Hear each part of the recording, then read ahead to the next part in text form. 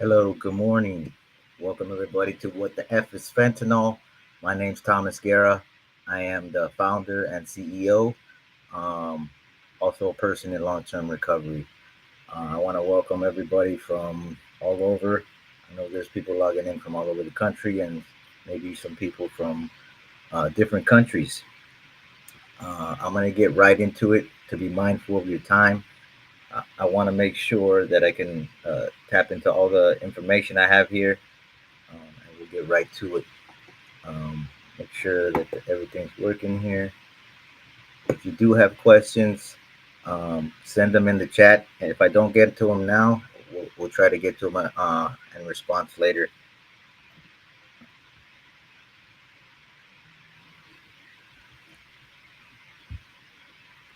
All right.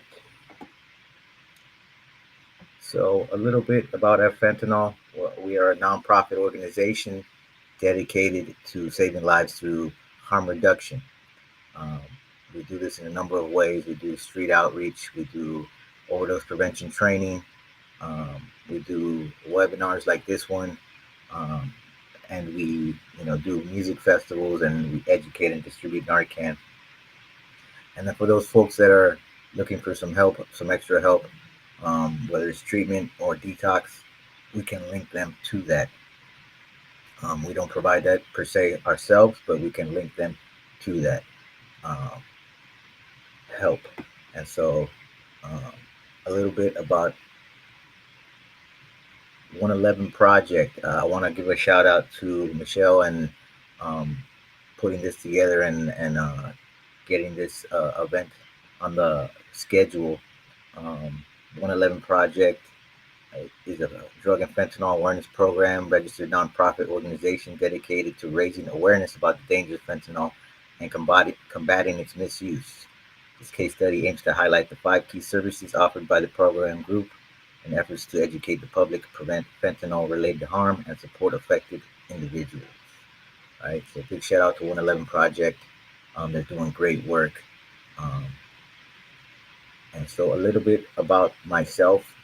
Um, like I said, I am a person in long-term recovery. For me, that means I haven't had a drink or a drug since September 12th, 2014, which I just celebrated 10 years 2 days ago, which is a miracle in itself, um, through the help of a lot of folks. Um, I am a harm reduction and recovery advocate.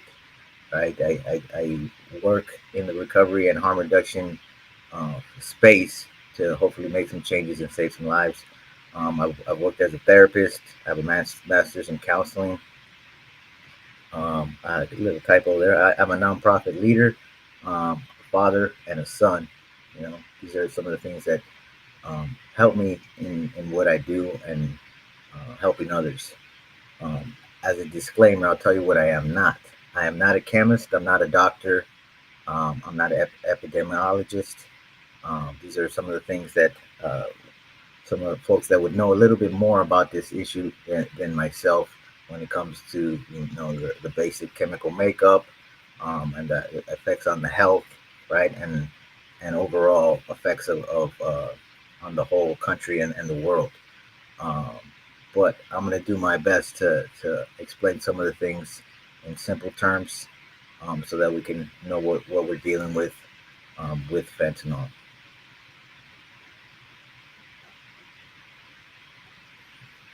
So the reason we're here is because we're losing young people or older people at an alarming rate, right? Um, on this graphic here, I know a bunch of the folks here personally, or their families, um, because of fentanyl, right? Because we lost them to fentanyl. Um, they most of them unknowingly um, would use fentanyl, and it was laced into another substance, right? And this has become a huge problem, epidemic, right? More so than a lot of other issues that are getting more coverage and more help than what we're getting, right? And we want to make sure that we're treated equally and that there's no stigma attached to this, because that's really what's happening. Is that uh, a lot of folks that have power, a lot of people that are in positions to make changes, believe that this is a something that we do to ourselves. When in reality is we are not trying to take fentanyl. We are not trying to use this substance. It's being pushed into the substances, and that's a poisoning, and that's a real problem. So some of the history on fentanyl, right? There's pharmaceutical fentanyl, right?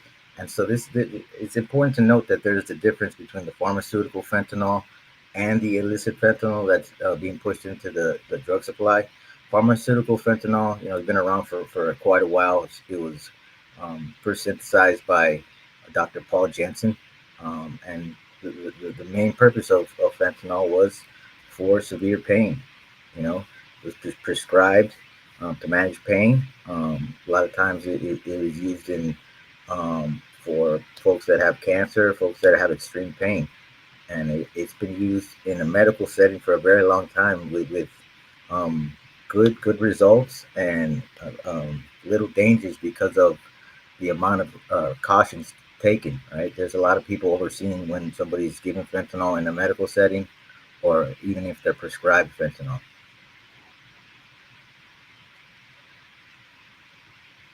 And so when I say synthesized, that means um, it brings together more than one substance together to create another substance, right? And this is synthesized is made in a lab, right? As opposed to other drugs that are created from you know plants. And so synthesizing is a faster process of creating a drug.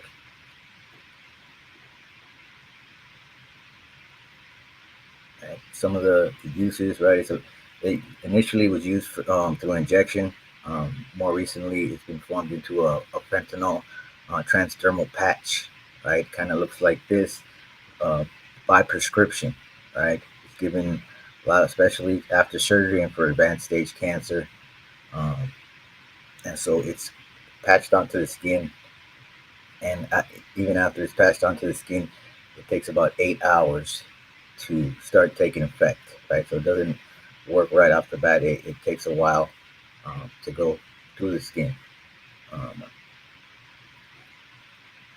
right? And you can see here, I mean, it's given in small amounts, right? And it's regulated, right?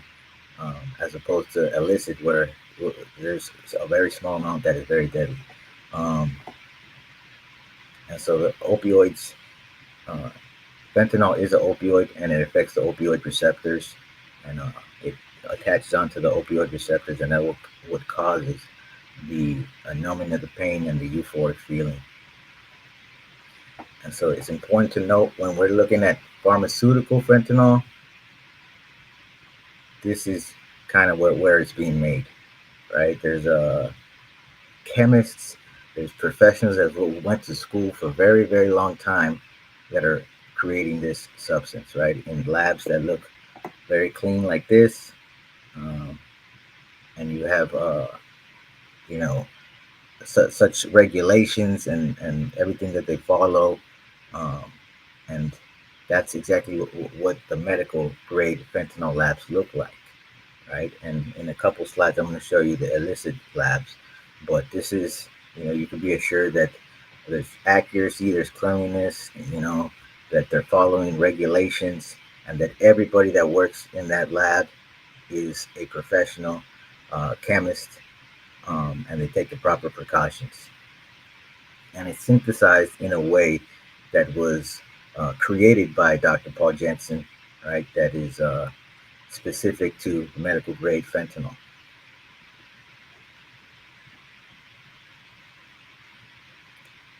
So moving forward to the illicit fentanyl, right? There's a documentary that's out now. It's called The Godfather of Fentanyl, which I have been watching, but it details some of the origins of illicit fentanyl in the United States, where a gentleman by the name of George Eric Marcard, right? He was the first to synthesize street level fentanyl, right? So and the funny thing about this guy is that he never went to school to be a chemist. He kind of learned along the way through working with the mob and creating. Very smart guy. He did time. He went to jail for about 20 years, and he passed away in about I believe it was 2015. But this gentleman created the street level fentanyl that we're seeing today. What happened is that uh, when he created that, it was flooding the streets. He got caught. They put him in jail. Fentanyl kind of disappeared for a little while until recently, where it was reintroduced by the Mexican cartels. Right? They got the recipe on how to do it, and they're getting the precursors from uh, China, right?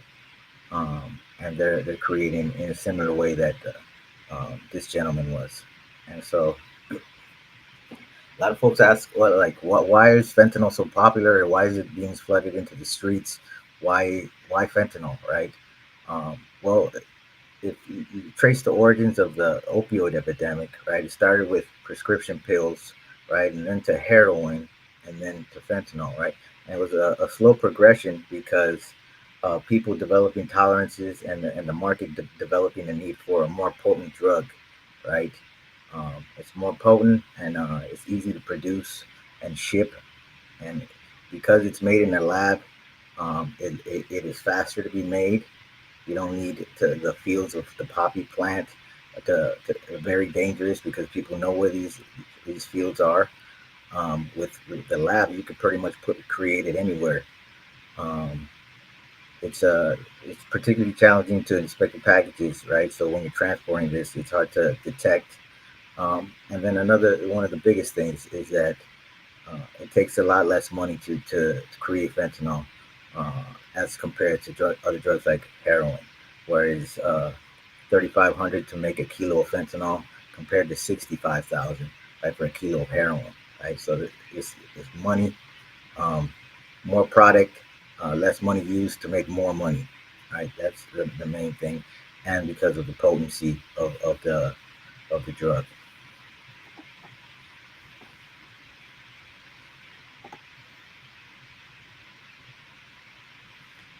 And so really the route that it's being brought into the United States, right? It's really coming from not the fentanyl as a whole, but the precursors, which is the ingredients that it takes to make the fentanyl.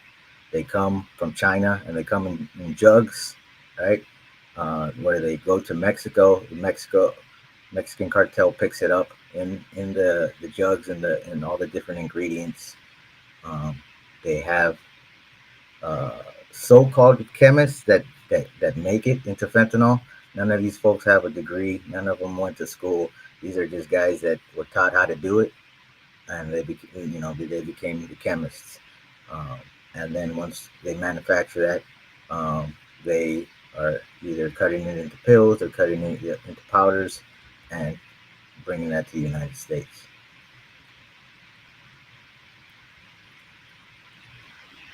So some important things to note about the illicit fentanyl. It is potent, just like pharmaceutical grade, 50 to 100 times stronger than the morphine and the heroin. Um, as per the DEA, 6 out of 10 fake pills contain a lethal dose of fentanyl, right? Which is 2 milligrams. Is a lethal dose for somebody that has no tolerance for fentanyl, right? So that's a huge number, right? A huge gamble for folks that are taking these. Narcan, naloxone does work on the fentanyl. You may need more than one dose. The most common fake pills are Xanax, Oxycontin, and Adderall, right? Those are the most common that you're going to see laced, right? And it's estimated that by 2029, over 1.2 million people will die from fentanyl and other opioids if no action is taken, right? And the number continues to go up, right? And that's why we're here. We want to educate. We want people to know. We want to put this on people's radar as to what we're dealing with, right?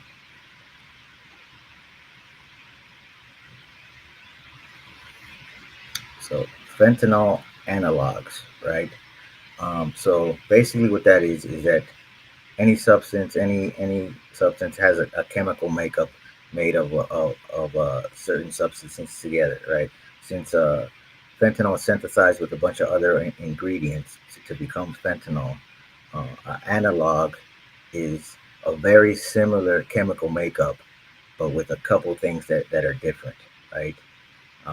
And so that's really how um, they can identify if it's an illicit fentanyl coming in, or who it came from, because they're using a little bit of different ingredients to make fentanyl analogs, right? And so they're a little bit different of the chemical makeup, as compared to the medical grade fentanyl, right?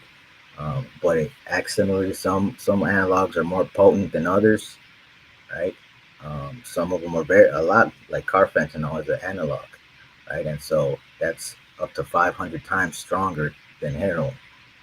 Um, and then so it's important to note that, because of the different chemical makeups, a lot of times when you're testing these, um, it, you have to keep up with the times, right? Because you keep on changing the chemical structure. So with the test strips, right, you'll see on the test strip packaging, if you look on their website, it'll list all the analogs that it tests for, right? A lot of them have a test like 20 or more different analogs. But again, they continue to change it. So test strips have to continue to change and be updated so they can test for all of them. Um, but yeah, it's basically same substance with little tweaks in the chemical makeup.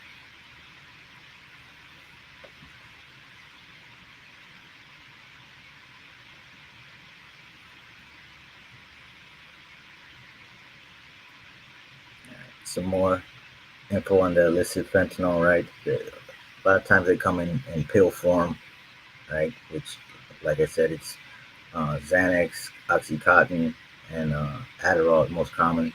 But again, it's being laced into everything. Um, through the pill presses, they're creating them to look exactly like other medications, prescription medications, right? Also in powder form, been seen in cocaine, and heroin, and meth, right?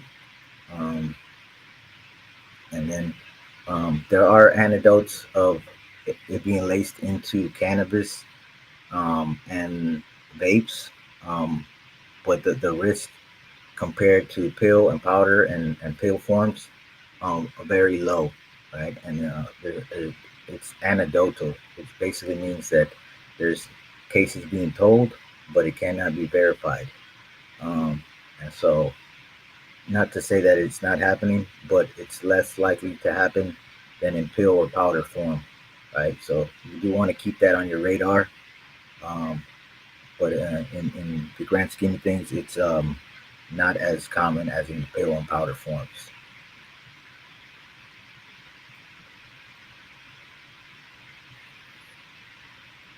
Right? So this is kind of what we're looking at, right? When it comes to the fake Xanax, right? It's created to look exactly like a prescription pill, where you cannot tell the difference from the pill that I got from my pharmacy and the pill I got from my plug or my dealer, right? They look the same, right? Same thing with the cocaine, same thing with the Oxycontin, right? They're so good that the stamp is more crisp and cleaner on a lot of these pills, right? Where you would think that's the real one. Um, but honestly, the only way you can tell 100% is if you are going to send your drugs to a lab or have somebody test your drugs, and you can test.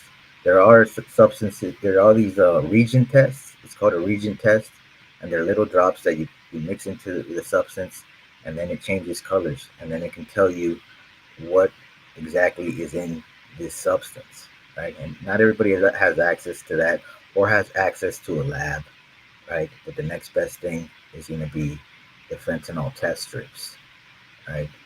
And that way you can test for the most deadly substance, which is fentanyl, and it'll tell you yes or no, right? Which I'll get into in a couple of slides from here.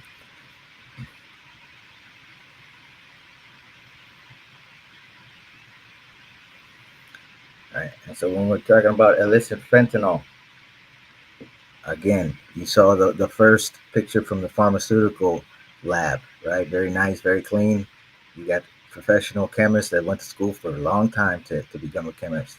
Then you got these labs that are makeshift labs in the jungles of Mexico or in people's homes, um, and the chemists are not chemists by academic standards. They're just simply people that have been chosen to make these substances, right? And so there's always room for error. Accuracy is not there. A mixture of fentanyl into other substance is always likely for contamination because they're making multiple substances. You can see in the picture to the right with the jugs, those are the different chemicals used to make fentanyl. And then you got the people who are making it. You got dangers, right? You got people that are not worried about uh, safety. They're not worried about if this is going to kill or not kill somebody.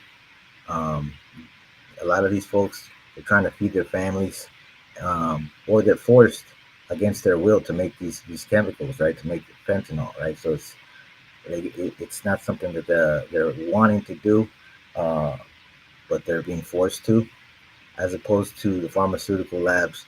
You get They're following such regulations, they're following all these things. They don't want to hurt anybody, and then with the illicit fentanyl labs, there's little care for the damage that it's done.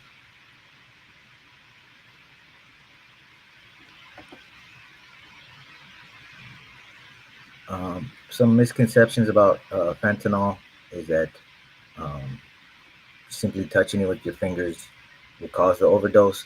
That's not what causes the overdose. What causes the overdose is the ingestion that getting into the bloodstream, um, which is through the nose, through the mouth, so in some manner getting into the bloodstream. Simply by touching it, it's not going to be necessarily enough for it to overdose. Even with the transdermal patches, right, that goes through the skin, that takes 8 hours to go through the skin, right? So it's not going to happen simply by touching it. It will happen if you happen to rub your nose or mouth. Those are the dangers of that. So it's important to note that, and there's a lot of misinformation out there regarding this. But talk to your everyday, chemist or doctor, nurse, epidemiologist, and they'll tell you the accuracies of that.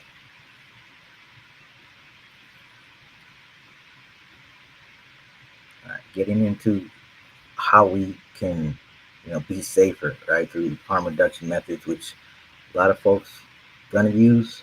There's we hope that they didn't use certain substances, but again, not everybody knows that there's fentanyl in the substance they're using, so they can test for that through a test strip that looks very similar to this on the screen. It's basically a small strip that you dip into either a water mixed with the substance, and it will give you a reading, one line versus two lines, right? Um, so these are readily available in most states in the United States.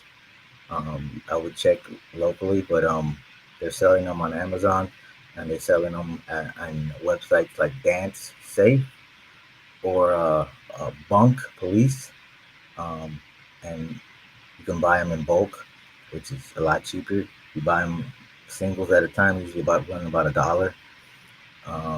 And I know in Florida they are now legal as of last July, and most states are following suit. So check locally with your state. Some even are provided for free in some states. Florida not there yet, so we got to pay for them. But a lot of states are able to provide those through designated funding. So a little more. How do we it's important to note, right? I want to share about the chocolate chip cookie effect, right? So you see this graphic here. It's a pill made to look like a cookie, right? The chocolate chips are the fentanyl, right? So there could be certain portions of that pill that have fentanyl and other portions of the pill that don't, right? So if I were to just happen to split it in half, give one to my buddy, I take half, my buddy takes half. and then I'm the one that has the fentanyl. I pass away, and nothing happens to him. It's because there's in certain parts of the pill there's fentanyl, and so because of this, you want to be able to thoroughly mix uh, the the the pill, right? So if you have a pill and you want to test it, you want to crush it up very thoroughly and mix it up, right? So that you can test, you get a better sample to test. If you already have a substance that's in a powder, again, you want to mix it up very thoroughly. Um, and then you want to get about 10 milligrams of the substance, right? And put it into the, usually a bottle cap of water is enough. Put the substance into the bottle cap.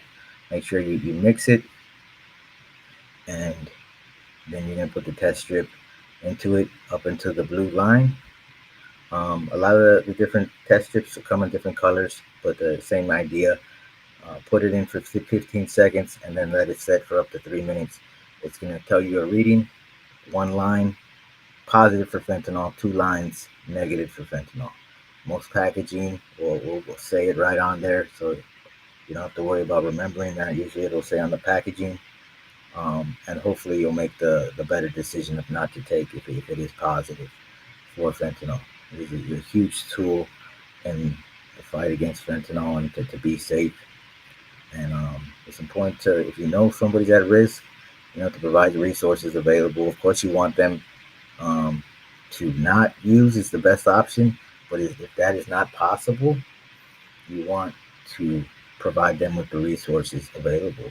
A lot of times, even though maybe somebody may want to stop using, they may not have access to a treatment bed for days to weeks to months. And so being able to provide them fentanyl test strips and Narcan and all these available tools is important, so they can get to that point where they can get the treatment bed.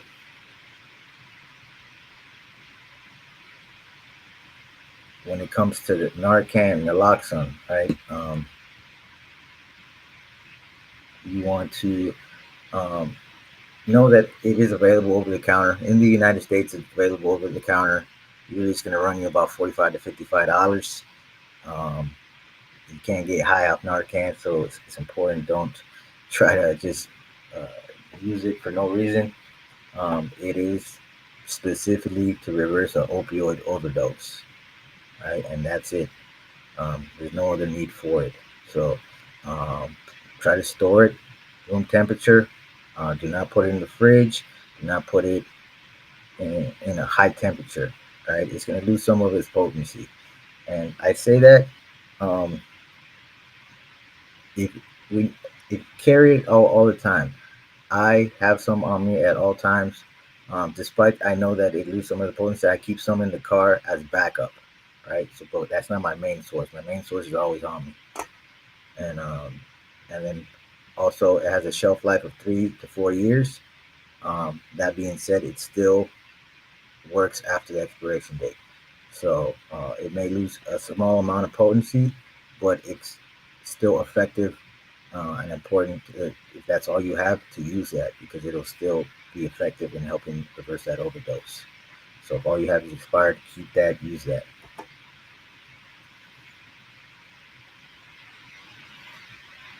So when somebody's given Narcan or naloxone, it's basically knocking off the opioids off the opioid receptor.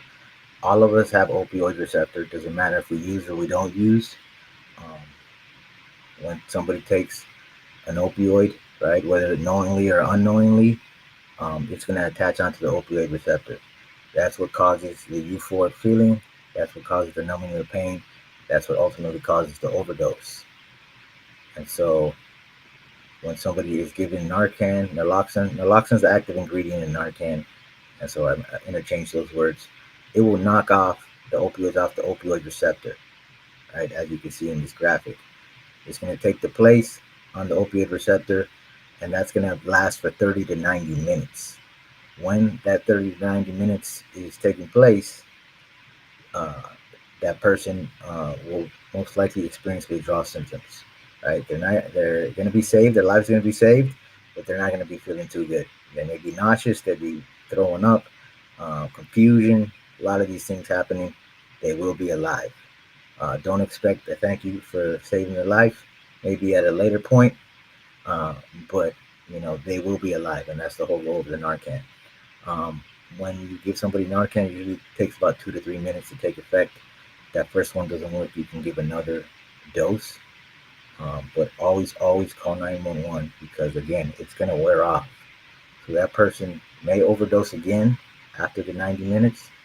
That person sometimes, because they will be in withdrawal, will try to use again. But the only problem is that it's still blocked for that 30 to 90-minute window, and that means that when that wears off, that they are likely to overdose again, especially if they use again during that time. So you're always calling 911, calling emergency, calling the ambulance, so you can have them address the situation, especially when the Narcan wears off. So these are the risks for opioid overdose, right? Mixing drugs is a huge risk. A lot of substances and alcohol act in a similar way. Alcohol slows down the breathing, is a depressant, right? Benzodiazepines like Xanax also slows down the breathing, and opioids as well. So when you're mixing those together, you're at a higher risk of overdose than if you were just taking them by itself.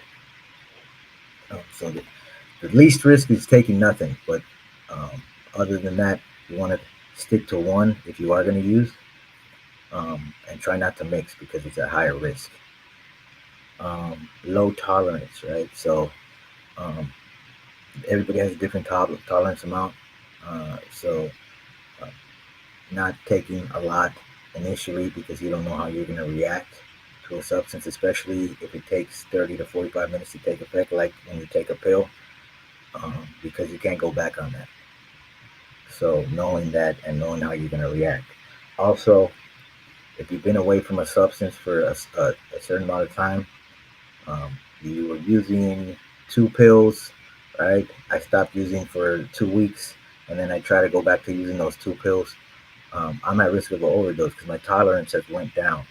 This happens a lot when people go to treatment and they have a reoccurrence of use where they use again and they use the same amount they were using prior to going to treatment. They're at risk of an overdose because their tolerances went down. Also, when people go to jail or incarcerated and come out, there's a high risk of an overdose for people coming out of jail because of that fact that the tolerances went down. Quality of the drug, right? If you're buying this on the street, I could almost guarantee that it's been mixed with hundreds of other substances, right? I don't care who your plug is. I don't care if it's your brother or your family member or somebody you know, a best friend.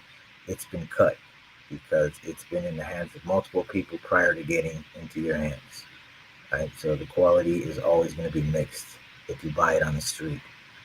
The only way you can guarantee that it hasn't been mixed is that you buy it from a pharmacy, most likely a U.S. pharmacy, is the safest bet because there has been cases of laced drugs in Mexico pharmacies.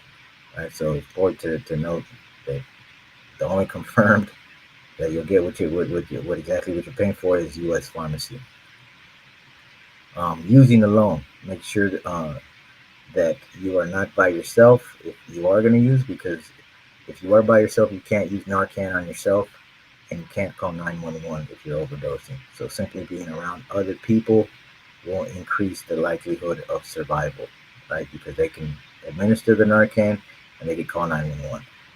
If you have Narcan on you, make sure that you know people, let people know that you have it, because it doesn't do any good if nobody knows you have it and you happen to be the one overdosing.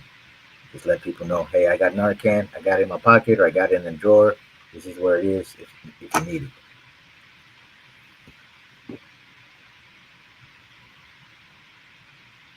Important to note that even prescription opioids is dangerous, right? So There's always going to be stickers on the prescriptions because there's risk of overdose, risk of addiction.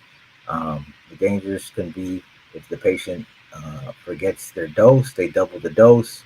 Um, a lot of times, it's people are groggy or people are, not in the, they're a little off, right, when they're taking this type of medication, right? So they may forget that they took their initial dose.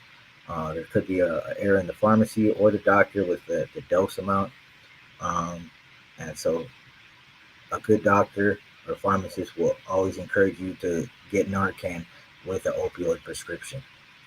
There's always room for human error. For 7,000 deaths a year in the United States from human error in the pharmacies, right? And so it's important to always have the Narcan available.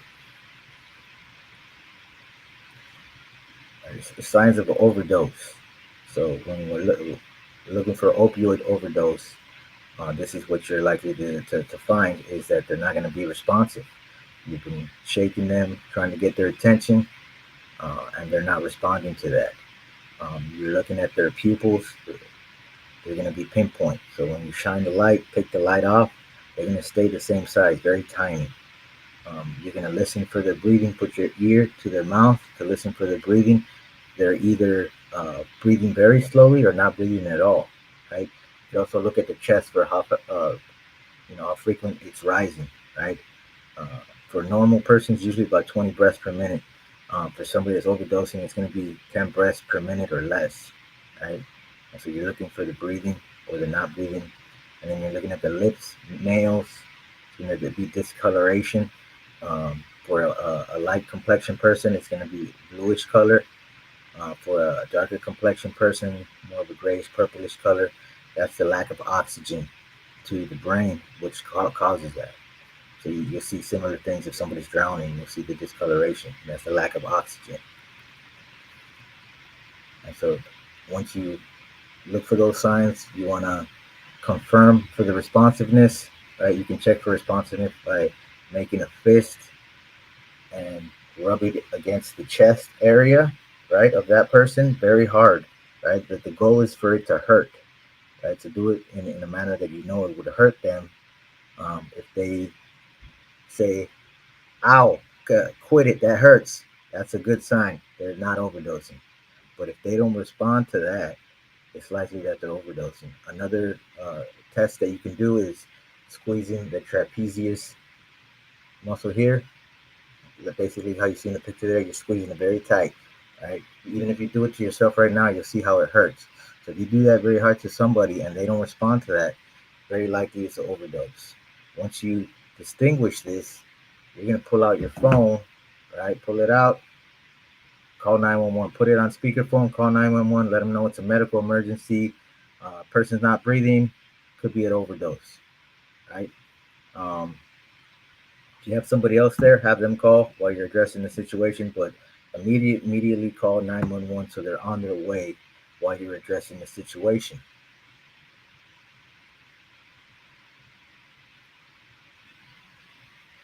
And so the next step is getting the Narcan, right? Narcan usually comes in a box that has two doses, two of these, right? You don't need to use both right off the bat. Take the first one out, peel back, right? It's gonna look like this, right? And you're simply gonna press the red plunger, right? You put the nozzle all the way into the nose, doesn't matter which side, you're gonna put it all the way, and then make sure that you press the plunger. You could only use it once. Once you press the plunger, it's going to stay stuck up. That means you've already used it, right? So once you've done that to that person, you're going to wait that 2 to 3 minutes for that to take effect. If after the 2 to 3 minutes they have not responded to that, you can give a second dose of this. So get the other one from the box and use that. And it still doesn't matter which side, just as long as it's going in their nose and you're pressing the red plunger. If you have no Narcan, you can do the rescue breathing, but I would always recommend to have a CPR face shield. which will block any chemicals, any substances. It will, so you won't get sick as well. They're available on Amazon. Basically, a plastic um, sheet that covers the mouth with a little round area that goes into the mouth, and it only goes one way. So you're blowing air into their lungs. So when you're doing the rescue breath, you want to tilt their head completely back, right? Squeeze their nostrils closed. Make sure there's nothing blocking the airway, and then you're gonna lock and do two quick breaths, and then one every 5 seconds. Right? You're gonna see the chest rising. If the chest is not rising and you see the stomach rising, you're doing it wrong, and likely it's that you don't have the head back far enough, right? And so this will increase the likelihood of survival, even if you use Narcan. Especially if you don't have Narcan, you want to be able to do this because really what an overdose is a lack of oxygen. If they're overdosing off um, a mixture of opioids and another substance, this is very effective as well in helping that person survive. But always administer the Narcan. There's no damage from the Narcan if it is not an overdose or not an opioid overdose. So it's not going to cause more damage to that person by giving it to them if it's not an overdose. So any situation you could give it to them, it'll help them if it is an opioid overdose. If it's not, it's gonna not gonna make anything worse.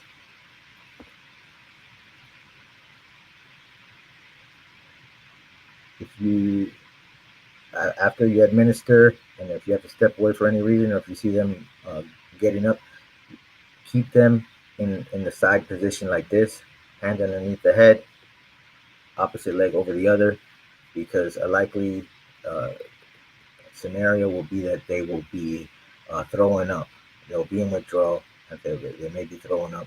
You don't want them to choke on any of that. So putting them on the side allows it to come off the side and not to go back and for them to choke. And to keep them in this, try to keep them in this position until the ambulance comes. And so then they can address the situation. So that's the steps. This is going to be located on most websites. On our website, it is on there as well as some refresher videos. But just the 5 steps on how to respond to an overdose. Some important things to note about uh, substance use as a whole, and especially with the fentanyl epidemic going on. Youth substance use is down. Right, that means that less uh, less young people are using, but overdoses are up. Overdose deaths are up. So despite the fact that less young people are using, more people are dying. Basically, what that means is because the drugs are stronger, right? So the people that are using are more likely to die, um, although the substance use is down. So it's still important to educate kids, to educate everybody, but to educate them on the dangers, because it's not just people that have a problem with substance use that are dying. It's people that are trying for the first time. It's people that are, exposed for the first time. It's not people with substance use disorders only. So important to know. So what are some of the preventive measures we can do? Right, educating about the dangers of illicit pills. Right, let them know about the fact that 6 and 10 pills are laced, dangers of fentanyl. Um, let them know about having Narcan and naloxone available, how to use it, and having it available close by. Um, Giving people access to treatment for substance use and mental health, be able to get into detox and get into treatment, especially when somebody's asking for help. That's a window, a golden opportunity that doesn't come by, very often. Somebody asks for help, and you tell them, "Hey, I don't know," or "Let's wait till tomorrow." You may lose that opportunity to help that person. So having those resources available at that time when they're asking for help, educating family and friends to recognize uh, drug use warning signs, learning how to respond to an overdose, and then uh, specifically monitoring kids that have risky behavior. Maybe they've been acting out. Maybe they live in a single family home. They don't have all the resources. Um, a lot of things of that nature. You can pinpoint the at risk youth. Some things to look for warning signs that somebody is using and you're not sure. Mood changes, right? They either some irritability, defensiveness. If they're in school, they might have some academic problems, have problems showing up, poor attendance. Um, a big telltale sign is changing of friends or hanging out with different people um, that you don't know or they don't want to introduce you to. Um, a nothing matters attitude, lack of wanting to do anything. They don't care about too many things. Um, Finding substances in their room, in their car, wherever. And then the physical or mental changes, right? They're not remembering things, slurred speech, they may be nodding out, right? These are some of the more obvious things to look for.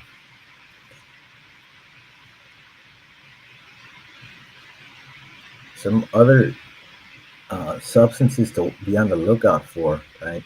Xylazine, also known as tranq, is an animal tranquilizer that is often combined with opioids, right? It's very common.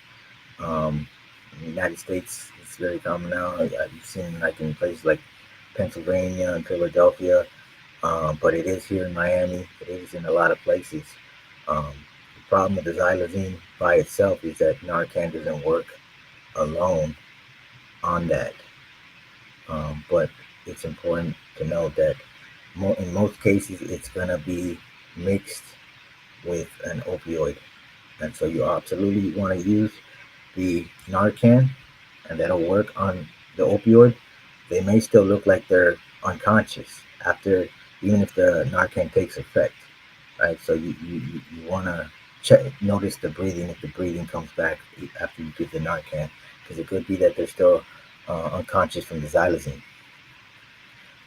Also important, the rescue breath when you're helping the person, and it's increasing the likelihood, especially if there's xylazine mixed into that substance.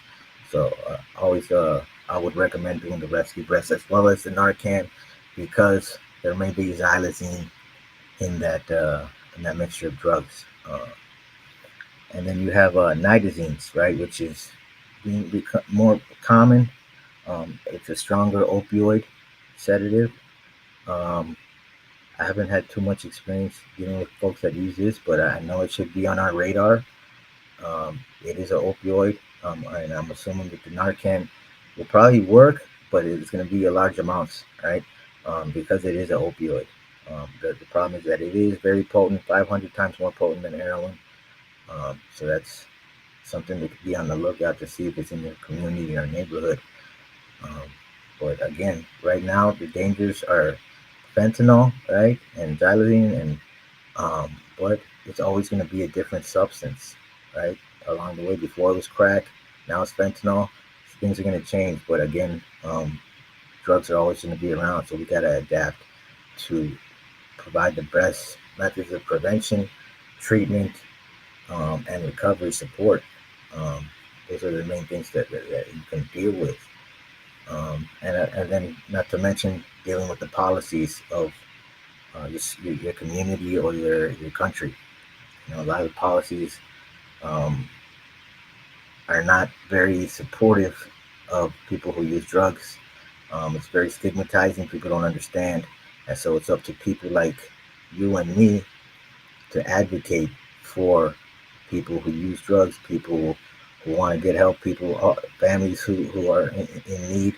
We need to speak up so that people know that this is not just affecting people, you know, at the bottom. This affects everybody, and we need policy to change for that. Some of these are local to Miami and Florida, but the last three you can look up pretty much anywhere, and they'll find a treatment center. You can call 988 for crisis, suicide prevention. And then the peerrecoverynow.org, you can find the nearest recovery support services or recovery community organization, which RCO stands for Recovery Community Organization. And those those organizations are kind of a one-stop shop to help with substance use and recovery. So they will help you find treatment meetings, support meetings, family support, all these things. Um, and that's peerrecoverynow.org.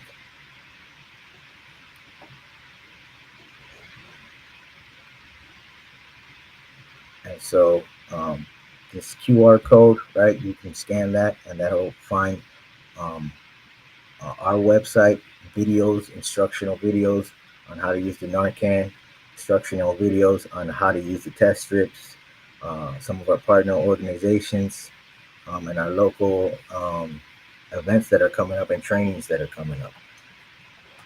And that's how you can reach us if you have any questions as well. Um, so I encourage you guys, if I didn't get to anything on here, I would hope you guys could send me a message and I will answer that. I know I have this going on YouTube and Facebook and LinkedIn and Instagram at the same time. So I'm not. I only get a few questions into the chat here, so I'm not sure how to I get access to all of them. Um, but if you do have a question, you can send it now, and I'll try to get to it. For those of you that want to support our organization, we have a Top Golf fundraiser coming up. Actually, I have the wrong date on that. It is in November, the Top Golf fundraiser. Then we have Give Miami Day. It's the 21st. There's an opportunity to support nonprofits in the Miami area, and we would hope you could support us and provide either volunteer or provide a donation. Upcoming events. We got a free overdose prevention training on September 17th at the Coral Gables Library here in Miami. On the 26th, we have Save a Life Day, which we're going to be giving out free Narcan to hundreds of people. It will be at the Government Center area in downtown Miami. And then last but not least, we have the Recovery at the Park uh, picnic. It's on the 29th of September. Please come out, show your support. Let's see what else we got. And then last but not least, if you're looking to support our organization or the 111 project, I'm sure they have volunteer opportunities as we do. Please share any of the events that we host. Reshare it, post it, send it to your friends, and let people know about the resources that we have. You can help us do fundraisers on Facebook or donations and invite us to your local events. Right. So if you have a resource fair, a church gathering, or something of that nature, and you want us to attend and have a table there, we're happy to do that as long as it's within reach. This recording will be available on Facebook and YouTube. And so share that with people that didn't get to make it. And hopefully we'll get some stigma reduced and some education out there. I know I didn't cover everything, but some of the most important things that I tried to get into. Um, and again, if I wanted to make this with all the information, this would be a very long webinar. But I wanted to keep it under an hour, as to keep your attention, and I'm hoping that it was effective. But if you guys have access to chats, send a message and I'll try to answer those questions right now. We got about 5 minutes.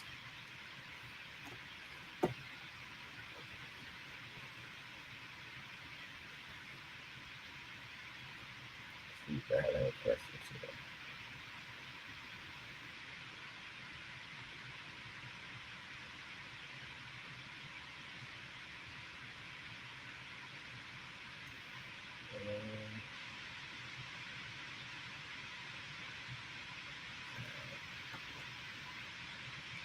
Um, Jenny Danielle, I wish my ex would have had one in hand. I was using it wrong. I'm sorry, Jenny. Um, it's so important to have the Narcan and let people know. I've heard a lot of stories of where people had the Narcan, and but the roommate or the person around them didn't know that there was Narcan there. So please get your hands onto Narcan. We provide here locally. I know 111 um, has access as well, but most states in the United States will have a nonprofit that has free access. I'm not familiar too much with other countries. I apologize on that, but I would definitely check into the local nonprofits that focus on harm reduction, focus on recovery, and you can get that. Let's see. No questions on Facebook.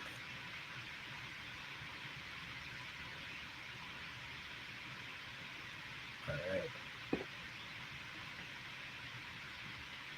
All right. I'm gonna leave this open for a little bit. If anybody has any questions, I'm happy to answer. I'm gonna let me put this back up here. Hold on a second.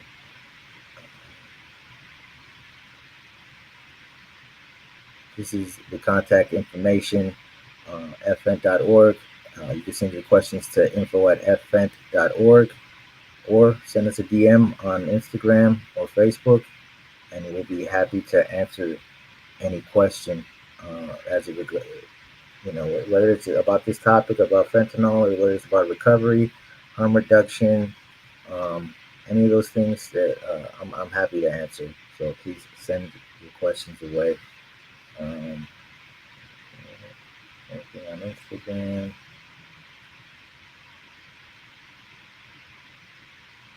I don't see any questions, but I want to thank everybody that got to attend. Again, you can please share this on Facebook, LinkedIn, or YouTube or Instagram, and share it with your friends. And I'll repost it as well. But thank you, and everybody have a blessed day.